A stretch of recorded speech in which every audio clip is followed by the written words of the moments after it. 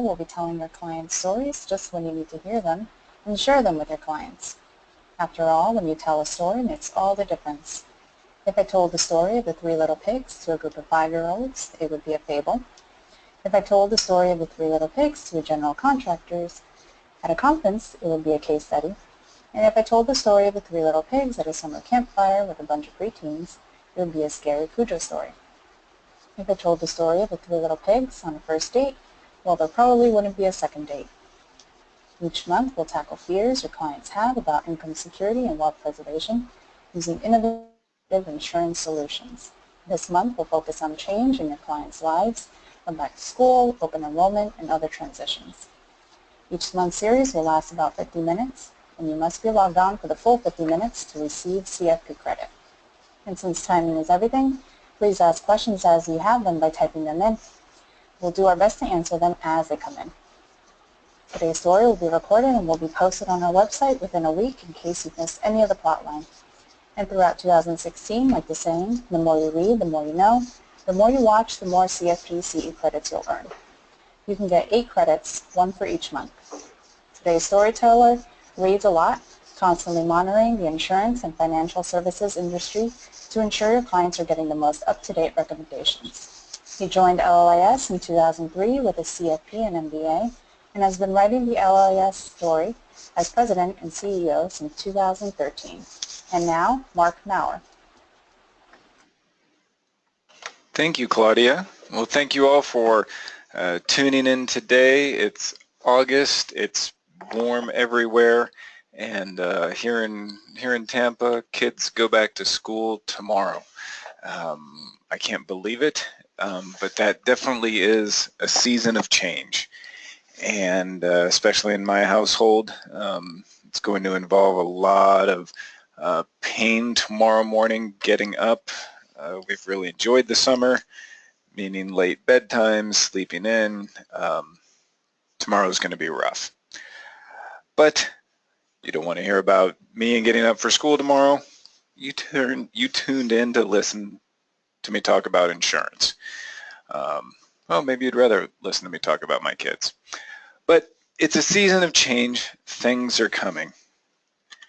And up north, you all are probably looking forward to watching the leaves change. Well, here in Tampa, our leaves do change a little bit, but it's mostly on a day-to-day basis. The leaves change; they just kind of go a different direction. Hopefully, that's how our leaves change in Florida, and hopefully we don't get much of that this time around. But what are we going to talk about today as things change? Well, we're going to talk about disability insurance. Do a little bit of that. We're going to look at term insurance and some of that. And we're going to talk about new professionals and how their lives have changed, how their situations have changed, and how best you can help help them with these changes in their careers. So first, let's talk about disability insurance. Why are we touching on disability insurance right now? Well, partly because it's open enrollment time. And then right about now, or coming up soon, are when your clients who work at larger employers are going to have to start filling out sheets and checking boxes and saying, yes, I want this, no, I don't want that. So it's benefits and it's open enrollment time. So it's a period of time when you're able to sign up for lots of different things at work, but insurance as part of it. And so we're talking about it now. A lot of open enrollment hasn't happened quite yet, but so when your clients are asking you questions, what should I or shouldn't I sign up for, we're going to go ahead and talk about it so that you know how to help when your clients ask those questions. And one of the things that many times is part of that open enrollment election is disability insurance. Now, a lot of times you may have clients with larger employers who have it's called non-contributory, meaning the employee doesn't pay for it. It's a group disability plan. So many times the first layer of it is an employer paid section. Everybody gets it. You automatically have it. You sort of have to opt out of it. But it's employer paid. And so the employer pays for everybody to have 60% of their salary covered under a group disability plan. You know what? Most of the time that's pretty good. I kind of like it when somebody else pays for something for me. Hasn't happened in a while, but having the employer pay for a group disability plan, that's great. You can see the little guy holding up the tax. Because the employer pays for it and the employee doesn't recognize any of it as taxable income, if or when the employee goes on claim, then any benefits received are taxable to the employee. But as you can see from the hand over there, it's still a good deal. Somebody else is paying for it. If I need it, well, it'll be taxed to me, but still better than a stick in the eye. How about a buy-up? Many times this is part of the open enrollment. The employer may pay for, maybe provide for 50% of your salary, up to maybe $10,000 a month cap. But in the open enrollment, you have the opportunity for a buy-up. So you may be able to elect another 10% on top of the group plan, getting you up to 60%, up to $5,000 a month. And many times that's still a good deal, partly because it's based on the group disability plan benefits. It's usually a pretty good price performer, and because the employee is not, or because the employee is paying for it, it's not taxed if or when the employee goes on claim. So still a good deal. But what happens if maybe your client is working for that employer, they have the employer paid plan, but there's not a buy-up. So when they don't have the buy-up through open enrollment, we look at a supplemental disability policy for a plan that fills in some of the gaps. Now, what gaps are we talking about? Not that one, but can be just as dangerous if you happen to fall into it. Because the client hears, oh, I've got employer-provided disability insurance, great. Covers 60% of my income, great. And up to $10,000, well, 60% of my income isn't $10,000, so that's great.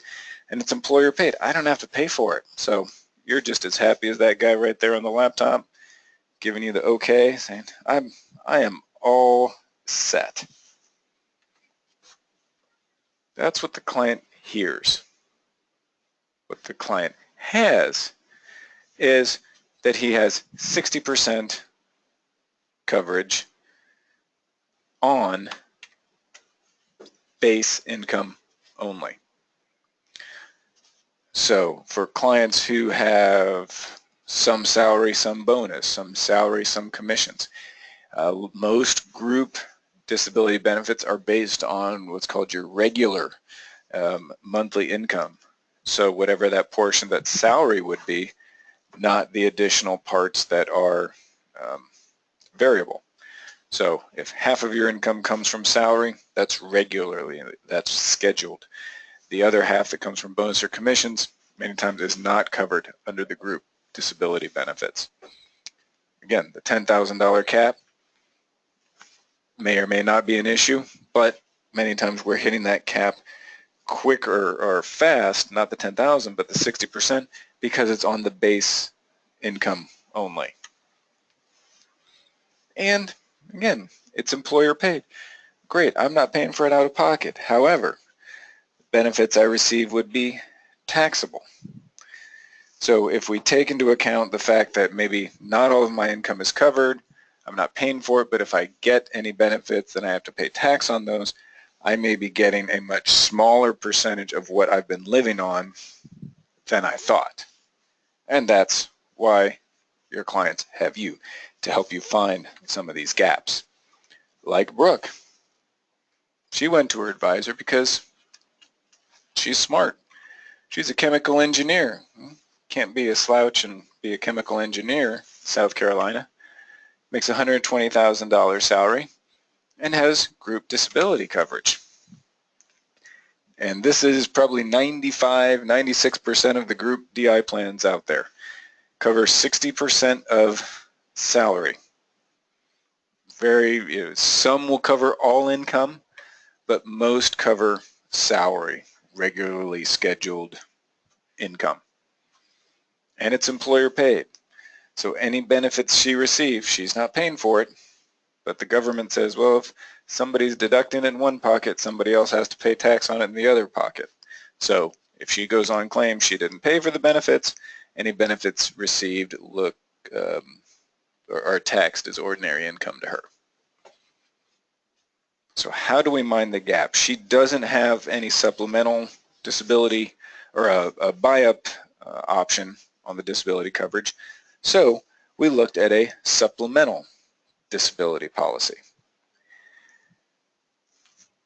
The neat thing about this is that there's a couple different things that we can do. Sometimes it looks similar to some of the buy-up through open enrollment. So it's a way for clients who maybe don't work at a really large employer or employer who offers the buy-up to have basically the same thing. Because the group benefits are employer paid and taxable, she's eligible for another $28.70 per month of individual disability coverage. Couple neat things about it being an individual policy. It's not tied to her employer, so that's great. It's portable. She can do whatever she wants with it. She's going to pay for it with after-tax dollars. So if and when she goes on claim, is unable to work, has a loss of income, benefits received from this policy will be tax-free. So she'll get the 60% in one pocket, that's taxable as ordinary income, the $28.70 from this policy that goes in the other pocket, and that's $28.70 each month. That's income tax-free. And because it's a supplemental policy, many times with group plans, especially the employer-paid group plan, it is what's called a certificate. Here are the benefits. They are what they are. I can't say, I like this. Let's add this onto it. Nope. Everybody is covered for the same benefit. Then if you want extras, differences, then we add either the buy-up policy if it's available through the employer. When it's not, then we look at a supplemental disability policy, because then we can add riders, like the residual rider that would pay Brooke a partial disability payment each month if she's disabled and has a loss of income or loss of time at work, things that she may be working part-time but can't work full-time, and so the residual rider would pay her a partial benefit. So as she returns to work, she still has some of the disability benefits coming in as she returns to work to give her a cushion to ease back into work. The COLA rider, cost of living adjustment.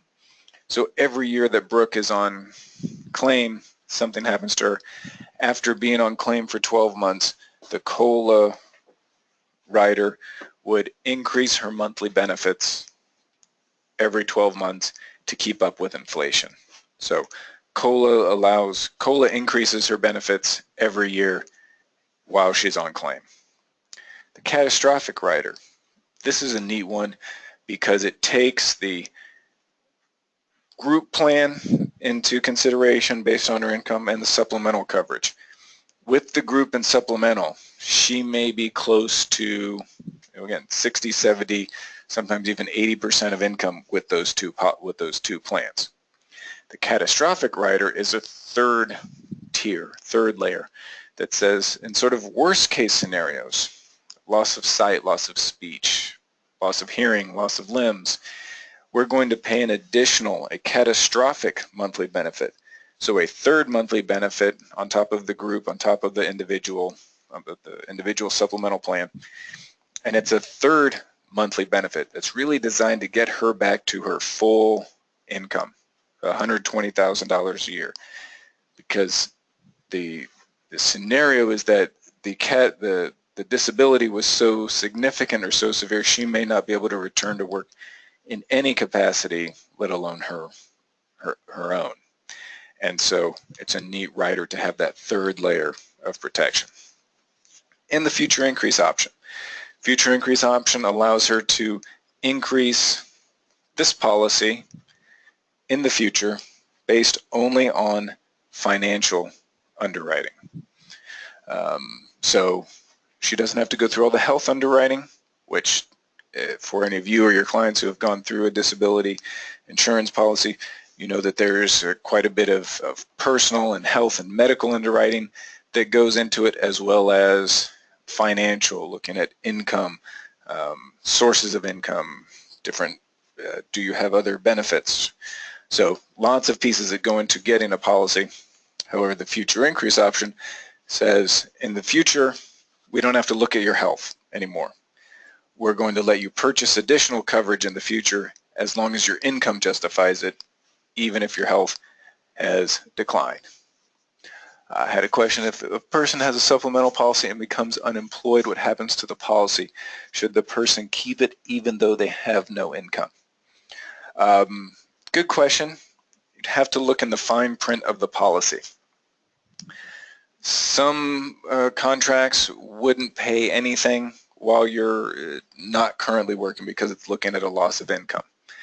Some policies have language in there that say, even if you happen to be unemployed at the time of whatever this disability might be, if the disability is so significant that it prevents you from being able to get a new job, so sort of something like was laid off from company ABC, I'm looking at other jobs, even though technically I don't have one now, but because of this disability I can't find it, I can't go back to work because of this disability, they may actually pay benefits.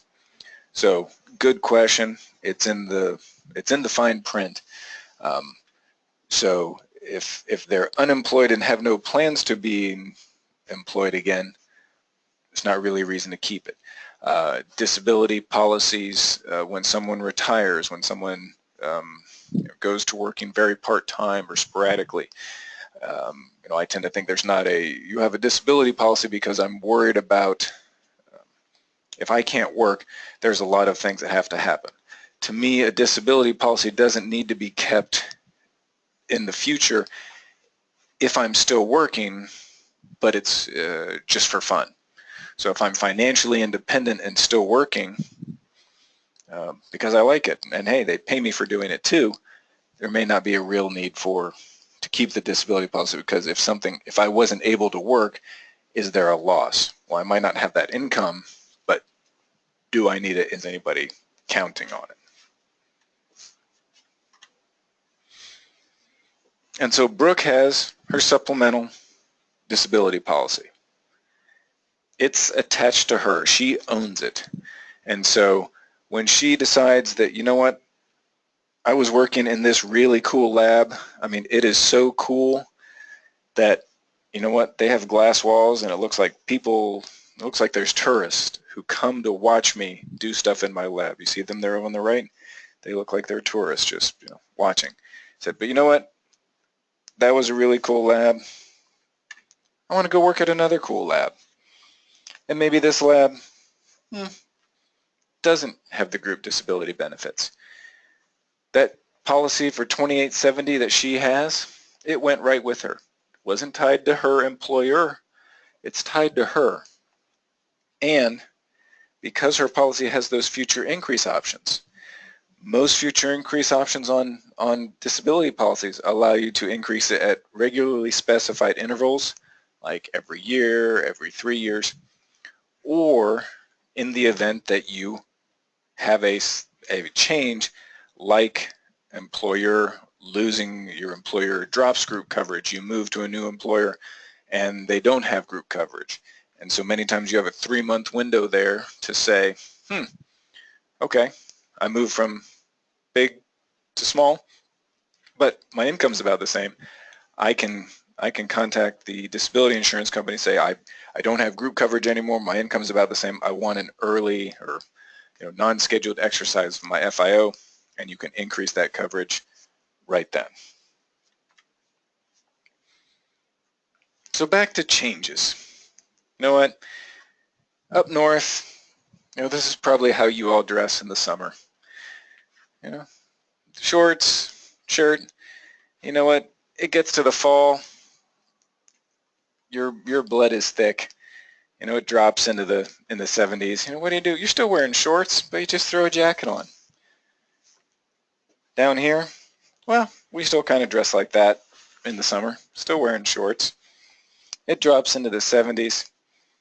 We freak out. We say, okay, now we need boots. Now we need our fur coats and our hoodies. Apparently we also need to frown. Yeah. we freak out a little bit when it turns a little bit cold.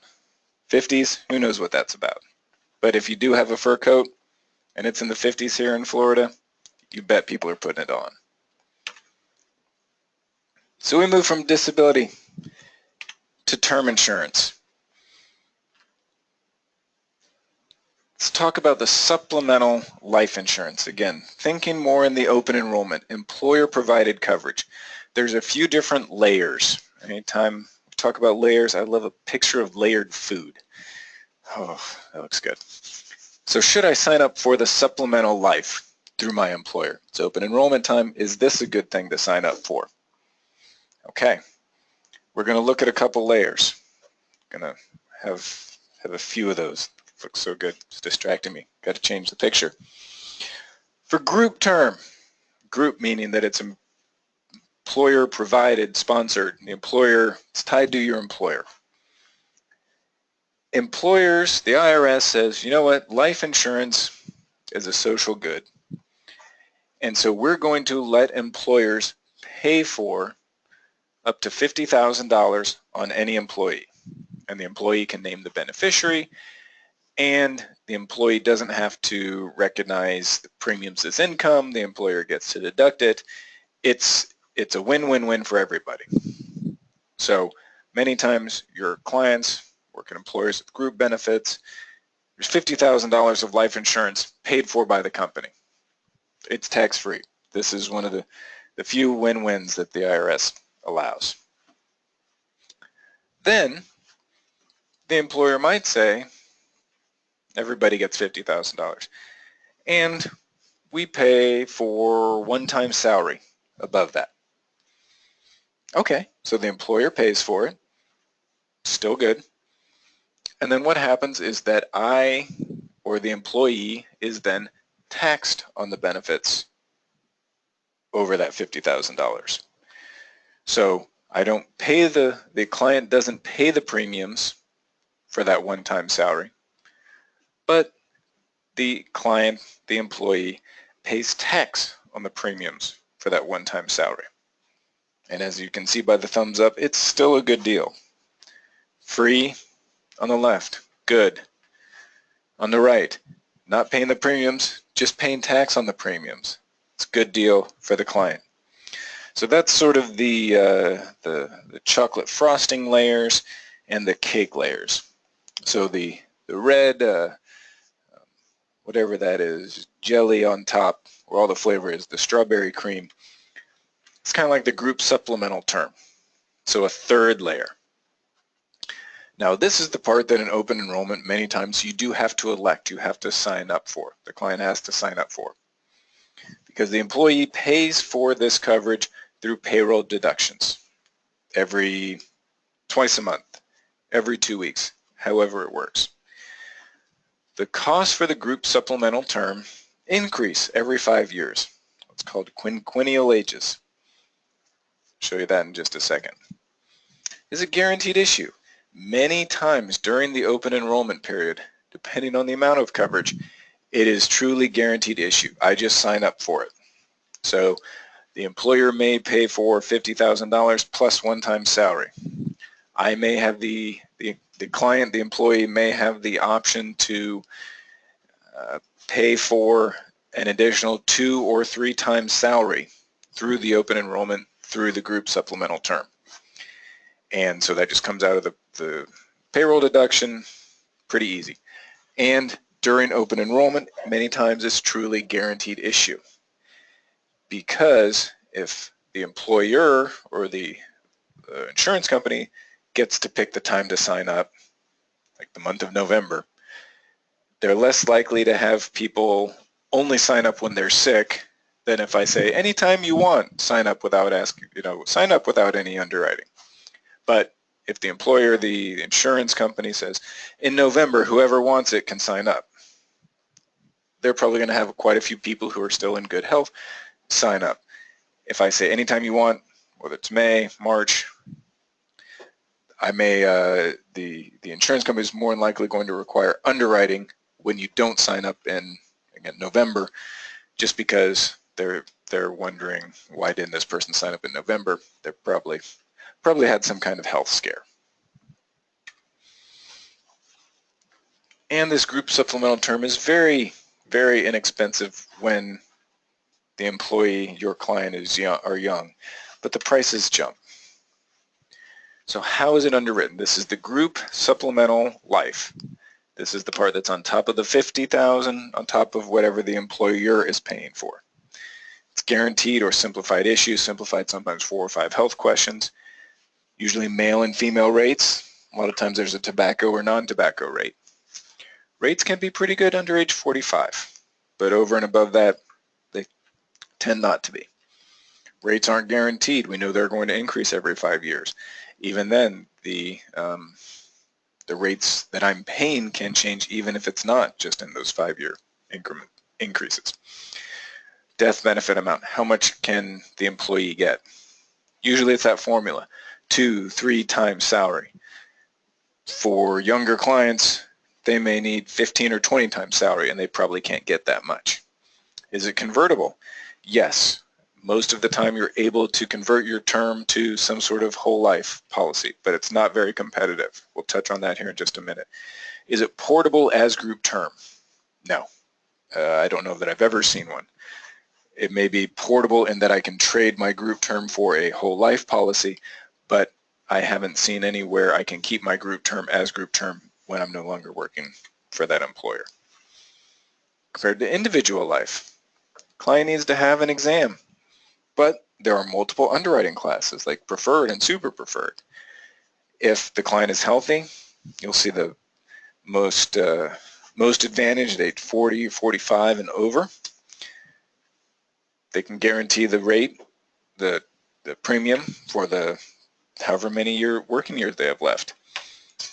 Client can get however much you and he or she decide they need. Doesn't have to be 2 or 3 times salary. It can be $682,000. Is it convertible?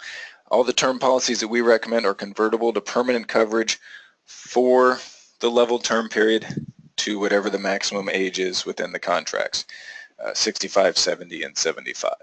And is it portable? Yes. Like the individual disability policy, completely portable because I own it. It's tied to me. It's not tied to my employer. And so for Brooke, when she's 34, she's going to pay $165 a year. Pretty good.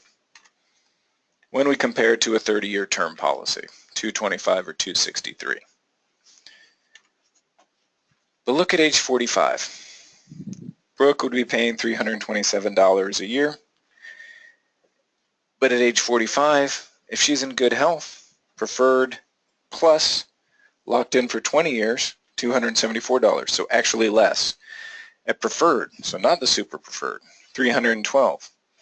So when you have clients getting to age 45, this is when it makes the most sense because they can see an immediate savings. Now, good health, better than average health. Take a look at age 50. The group, $567. 15-year term gets her to age 65. $293 to $360. Big difference.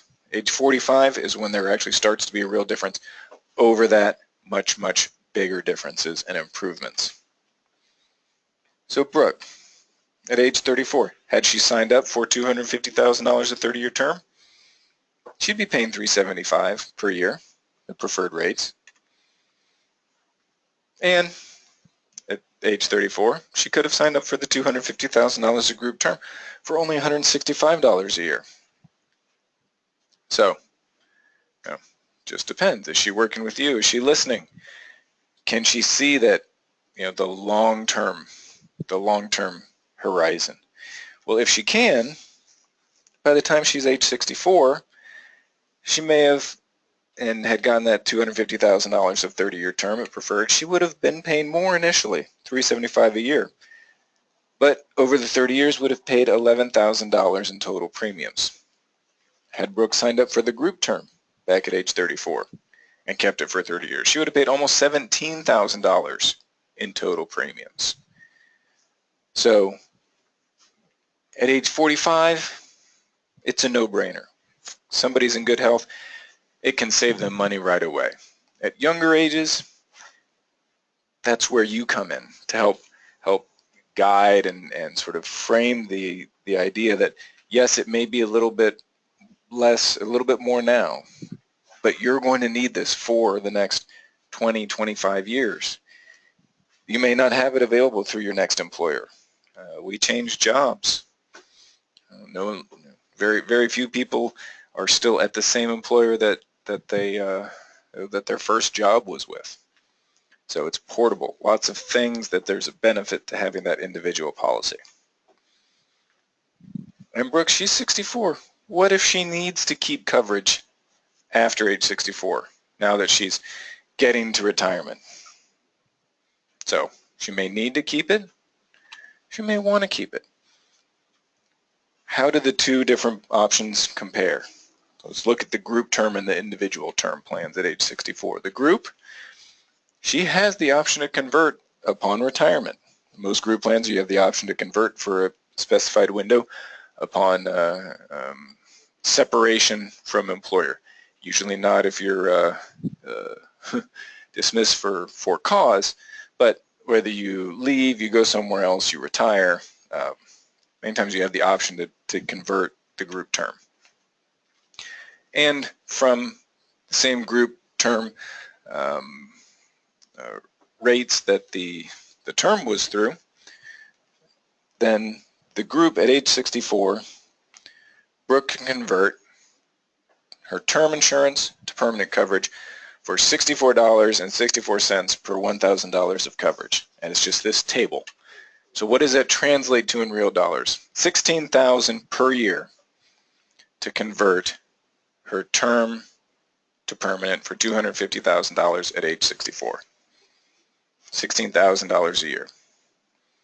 If she had that individual term policy, she can convert her term to permanent. No health, no medical questions, no underwriting. And annual premiums, depending on the company, anywhere from $4,000 to $9,500 a year. Anybody remember what the group conversion was? $16,000. So if things change in the future, the individual policies are going to work out much better for Brooke. So I want to put this back up to sort of frame what that looks like. $250,000 group conversion costs her $16,000 a year at age 64. If she didn't have any life insurance now, and at age 64 applied for $250,000 of permanent coverage, a Table H rate class, so a substandard rate, would only be $13,000 per year. What is Table H? Well, insurance companies have different underwriting categories. Preferred plus preferred. 1, 2, 3, 4, 5, 6, 7. All the way down to Table 8, Table H. So what that means is that when the group underwriter is looking at pricing their conversion option, they are not giving a very competitive rate at all. She's actually better off with a highly substandard policy alone than converting the group plan. Now, why is that? Remember when I said that many times the group supplemental is simplified or no underwriting at all? The only qualification to get the life insurance was that you were working at company ABC 8 years ago. Whoever's managing the group plan has no idea about that person's health. They didn't even ask any health questions when they got the policy. So for someone to say, yes, I didn't ask any questions about you while you were working there, but now that you're not working there, you want some insurance too, you want to keep it going, the rates aren't going to be favorable because they didn't know any health questions to begin with. So the point is, the group term may be inexpensive when someone's 32. It gets expensive the longer that they hold it. And if and when things change, it usually is not very competitive at all. So individual plans can really save your assets. And why do we talk about conversion sometimes? Because lots of things come back around. Children come back. You know, this picture was taken out at the park. This picture was taken right before they said, Mom, Dad, we're moving back into the house. And this picture was taken right after that, and they said, hey, we're moving back into the house and we're bringing our 2 kids. So look at Grandpa. You can kind of look at him and see that, you know, he's really trying to smile, but he's get a little surprised, a little angry there. Because now, you know, Brooke, she's 64. Maybe she's responsible for somebody else and can't get her own life insurance. Conversion is valuable when Brooke's health isn't good at age 64. Now, we hope this is what happens. You know, Mom and Dad, hey, bye, son. Good luck. What happens if it's the other way around? You know, and Mom and Dad are saying, bye, son, have a good day at work. We'll be here when you get back, and you know, make sure you work hard because we'll be living here with you. So what if son there now is financially, you know, what if Mom and Dad are financially responsible? You know, responsible for their kids. When they get to be 64, if their health isn't good, then conversion is valuable too. Now things change. We all go to school. Eventually we get out of school.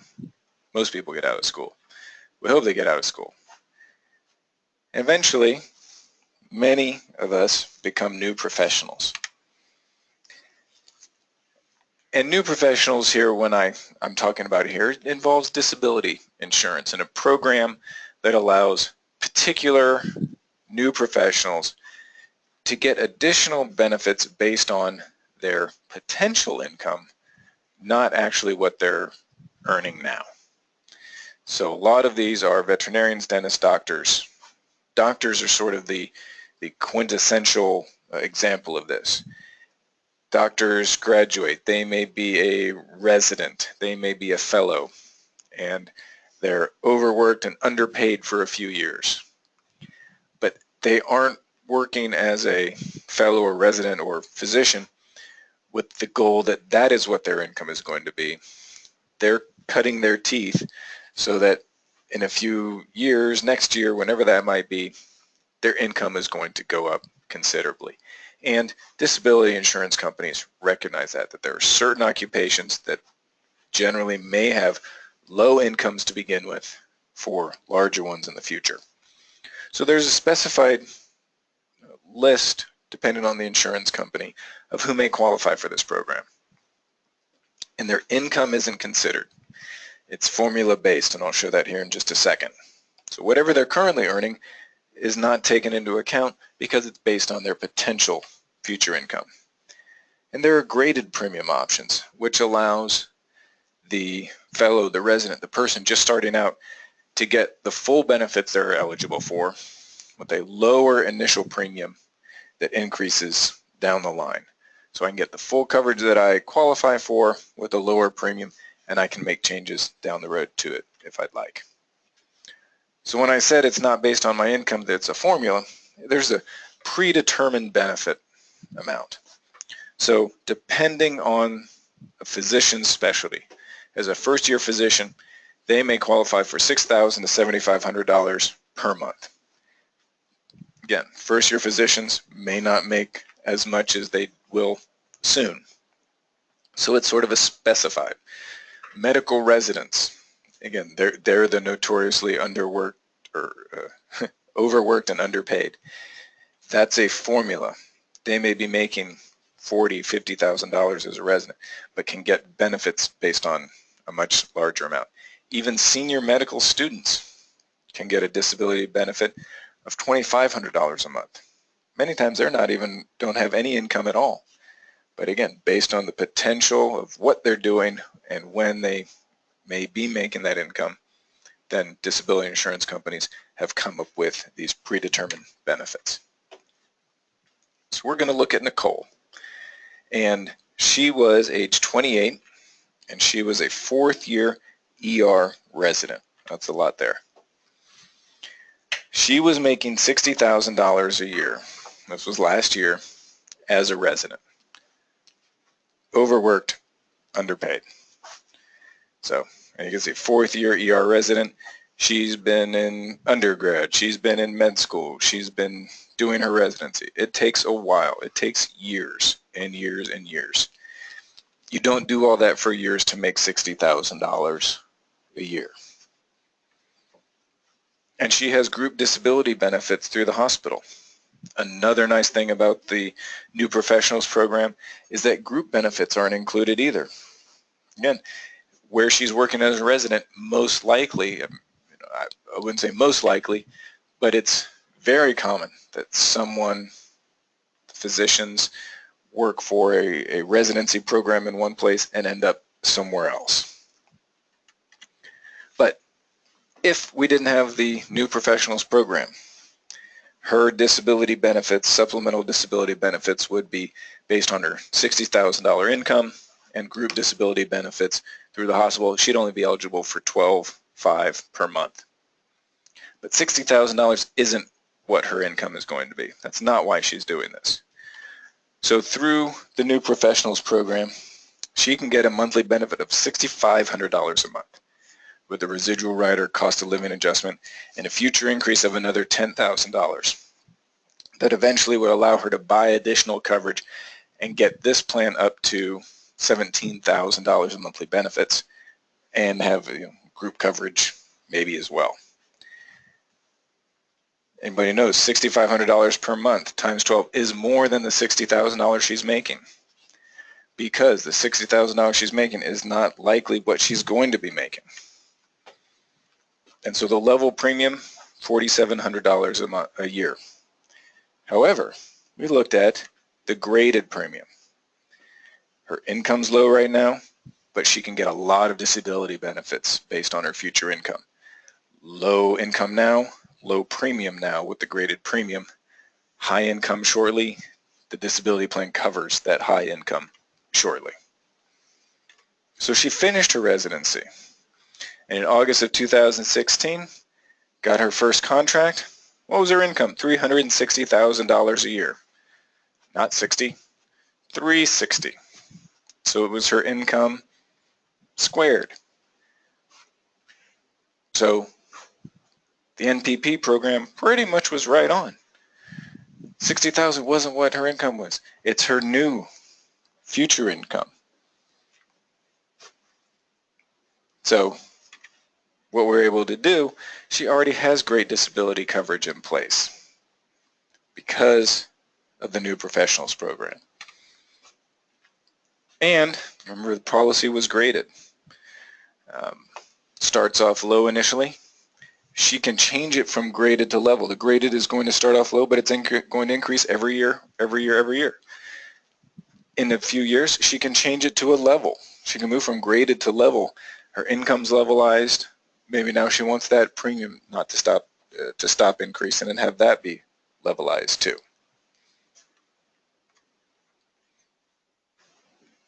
But how did she get to be a new professional? She had to go to school. And like a lot of people, in order to get through the school, she racked up some student loan debt. which the total U.S. student loan debt is up to 1.2 trillion, not million with an M or billion with a B, but trillion with a tur. And it ranks, student loans ranks as the largest financial concern percentage for millennials and Gen Xers of almost anything else out there. So it's this largest thing, and they're worried. So what happens if I can't work? Not only can I pay for my car, I can't pay for my apartment, I have this student loan debt that's sitting there, and I can't do anything about that either. So disability insurance companies came up with a student loan protection rider, and it can cover undergraduate or graduate debt. It can be a government or a bank-backed loan. And it can reimburse anywhere from $500 to $2,000 a month depending on the type of degree. The key here is reimburses. Traditional disability benefits, group DI, supplemental DI, even the catastrophic rider, all put money in my pocket to pay for groceries, power bill, all of those things. It's cash. The student loan protection rider is a reimbursement, so it actually makes the student loan payment directly to the loan provider. Otherwise, what happens? If I can get my monthly benefits and something else for my student loan, maybe I don't pay the student loan, I just keep it. Now all of a sudden I'm overinsured. But by reimbursing the student loan provider, I'm not getting it in my pocket. It's helping with my financial situation. It's helping my financial picture, but it's not going directly in my pocket, so I'm not at a point of being overinsured. I love this graph because a student loan protection rider usually only has a 5, 10, or 15-year benefit period. Why? Well, the worst time for something to happen to me is the first day I've got my job, because my student loan payment is the same probably for the next 15 years. But my income is the lowest today, so as a percentage of what my expenses are, it's the highest, and my balance is the highest. It's the worst time for me to become disabled, because my loan is just sitting there. But after 10 or 15 years, I've earned, my income has gone up, I've started paying off the balance, maybe even I've accelerated some of the payments. So rather than a to age 65 benefit period, student loan protection rider tends to have a 10 or 15-year benefit period. And I mentioned it's reimbursement. And we have this question, can I drop the rider when the loans are paid off? Sure. Once the loan's paid off, I don't need to be paying for something that reimburses something that I don't have anymore. It's kind of like paying for an extended warranty on the fridge that I sold 2 years ago. Why would I keep paying for that? I don't have it anymore. So easy to drop this rider when the loan is paid off. Kevin, he's age 40, he's an invasive radiologist, making a good income, had a group disability policy. But his advisor came to us to look at a supplemental disability policy to fill in that gap. And the gap was $5,640 per month. $5,600 a month of disability benefits that Kevin was eligible for. That's a gap that his employer-provided plan wasn't covering. However, at age 40, he still had some student loan debt. And, $1,000 a month is $1,000 a month. Just would be nice to have that covered and have that be one less thing to worry about if he wasn't able to work. Cost of the rider was inexpensive, $97 a year to add that $1,000 student loan rider. So it's a nice way to have that covered, inexpensive way as well, and knowing that if Kevin was unable to work, he's getting group coverage in his left pocket, he's getting the $5,640 in his right pocket, and the insurance company is paying that $1,000 student loan debt every month as long as he's disabled. So we got to be a new professional. We're starting out. We've covered the student loan that got us to being the new professional. Now I don't want to say an old professional, but I'm just a professional. I'm not new anymore. I've gotten a lot of these things set up. Now I'm less worried about what I've done in the past. I'm worried about the future. I'm worried about what happens if I become unable to work. I'm going to have a disability policy that's going to pay me in my left and right pocket to age 65, cover my expenses, my living expenses. What happens when I get to age 65 though? I may not have been able to work, but I'm still alive, so I've been sort of covering things to age 65, but I don't have anything saved for retirement. What's going to get me after age 65? The RPP. So not NPP, RPP, retirement protection plans. So it can be an additional disability policy or a rider on a base policy. If I become disabled, I get the individual benefits into my pocket. And then I have the RPP benefits. That's an additional monthly benefit paid into a trust. And there's this trust that I can then access at age 65. So I have the individual, maybe even group disability benefits paying me now that I'm living off of. And I have an additional monthly benefit, monthly payment that's going into this trust that's sitting, it's accumulating, so it'll be there when I get to age 65. Pamela's age 43. She's a marketing director for new product planning. Base, bonus, group plan. Wanted to look at the gap. Are there any gaps in my disability program? She and her advisor worked with us. In the monthly benefit, in what goes into your pocket, not very much. $1,090 a month. With the COLA CAT residual, $778 per month or per year. So based on her income, actually I had a group policy that was 60% of her income, not just salary but income. So it was a pretty nice group plan, small supplemental disability plan. But Pamela and her advisor were worried about, this takes care of me to age 65, but what if I have something that I just can't work to age 65, but I'm still doing whatever at age 65. I've been subsiding, I've been covering, but I don't have anything built up. So there's the retirement disability policy. And then this would pay, if she became disabled, would pay $37.90, again tax-free, into a trust that sits there and accumulates and has money available for her at retirement. So it's not a retirement plan, it's not a qualified plan, but it simulates a qualified plan. It's actually a non-qualified trust. So I can give you a lot more details about it if anybody's interested. But basically it's just a trust that the $37.90 is going into on a tax-free basis every month that she has available at age 65 when all the normal disability benefits have stopped. She's got Social Security, and she'll have whatever is built up in her retirement DI trust. So we touched on disability insurance, term insurance, and new professionals program, and even student loans, how they got to be new professionals, and when they turn into old professionals, the retirement disability plans.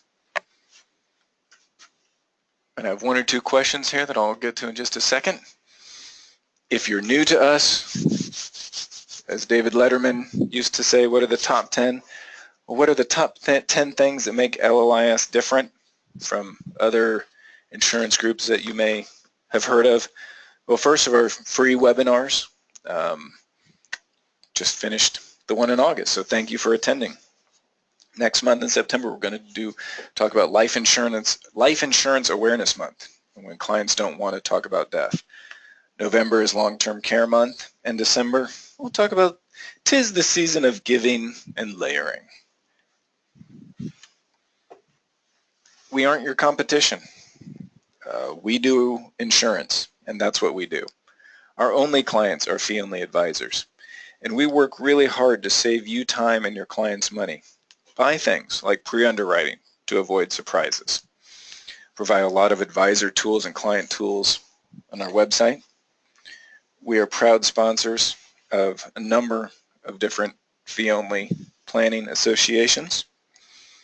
We have specialists in many different solutions for you and your clients. And we're here at the beginning, we're here at the middle, and we're here at the end.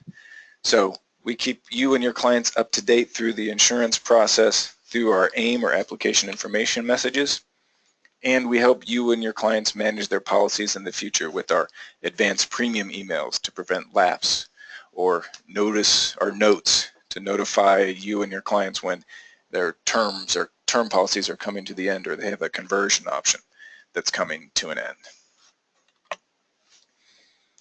And I have one or two questions that just came in, so I'll answer those. If anybody has any that they want to type in here real quick, I'm happy to look at it.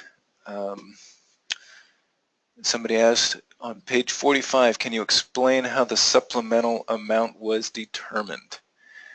And if I can go to page 45. Sure. Let me see. I don't know why it's not going there. Woohoo! Insurance companies have basically their books or charts, and they're based on determinations of what people need to live on and be able to meet a lot of their goals, but not be overinsured, not be in a better place where if I became disabled, I'm making about as much as I was working. So why would I, be working 50 hours a week if I can make the same amount by falling off my roof? So I can't say exactly how it was calculated, but insurance companies have tables that say based on an income of $307,000 and group coverage of 60% being employer paid, so that's taxable up to $25,000 a month, then we can offer $56.40 per month of individual tax-free disability benefits. So there's a number of things that go into there, but as one underwriter told me, milk costs the same for all of us. So while somebody making $100,000 may be able to get something like 80% of income replacement because they're using most of that. Gas costs the same, milk costs the same.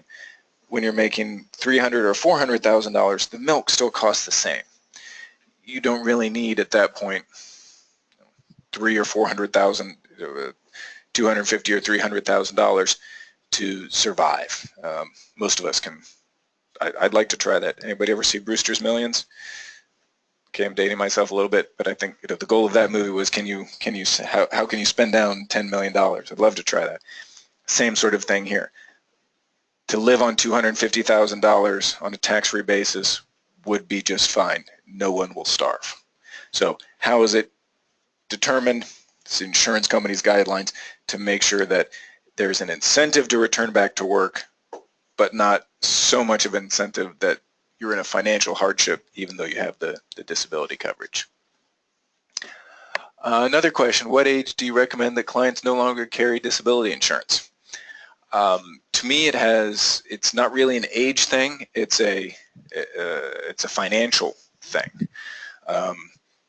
At the point where someone is financially independent, and I've realized this, I've asked, I need to change how I ask people this question. Say, what age do you plan to retire? Oh, I'm never going to retire. Rats, I asked it the wrong way. At what age do you think you're going to be financially independent? Different question. Oh, you know what, I'd like to work at the law firm, till I'm 80.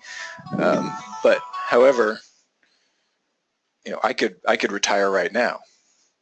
Okay, to me, that's when somebody doesn't need disability insurance anymore. I could retire right now and be fine, meaning if I didn't get any more income by working, we'd be just fine.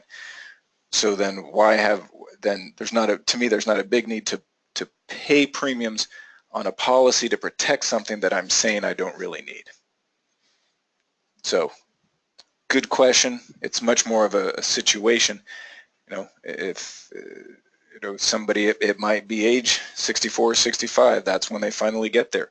You may have somebody who's sold a business and at age 51, is worth $8 million.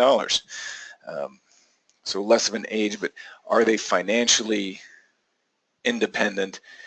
Could they tomorrow say, I'm not working anymore, and all of their plans work well, to me that's the when do they really no longer need the disability insurance.